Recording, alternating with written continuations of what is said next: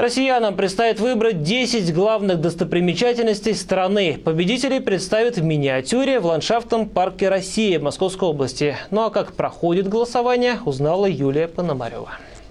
Таких открыточных мест и видов визитных карточек в России немало. Кремлем и Эрмитажем уж точно список достопримечательностей не ограничивается. Но лишь местные жители да редкие гости собственными глазами видели и знают, что, например, Масик – это останки древнего поселения китобоев на Мечегемской косе на Чукотке. Башенный аул Эгикал находится в Ингушетии, а Каменное море – в Адыгее.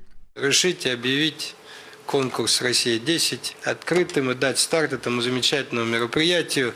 Я очень надеюсь, а если говорить точнее, то уверен, что при нашем обоюдном желании, при такой замечательной команде эту работу сделаем и красиво. Откроем Россию заново. Слоган «Россия-10» совместного проекта холдинга ВГТРК и Российского географического общества.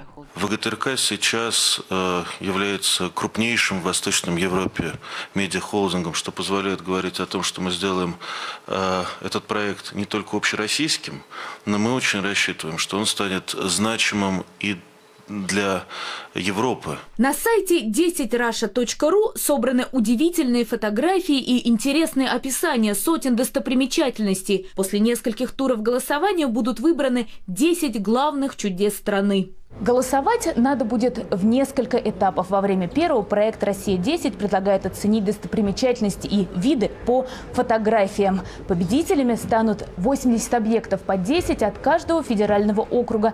Затем счетчики на сайте обнулятся и появятся вместо фотографий видеозарисовки. Голосование начнется заново. В полуфинале останутся 30, из которых уже и будут выбраны места победителей. Главный приз, конечно, внимание туристов, которые, как надеются организаторы, благодаря проекту захотят все же увидеть все своими глазами, а не только на фото и видеооткрытках. А те, кто в дальний путь отправиться так и не решится, смогут оценить чудеса в миниатюре, приехав в подмосковный парк.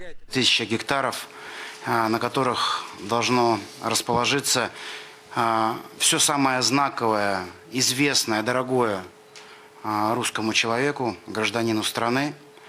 Поэтому мы очень рассчитываем, что конкурс, который стартует сегодня, позволит сделать это место уникальным, интересным, познавательным. Это замок Фрегат в селе Ханас.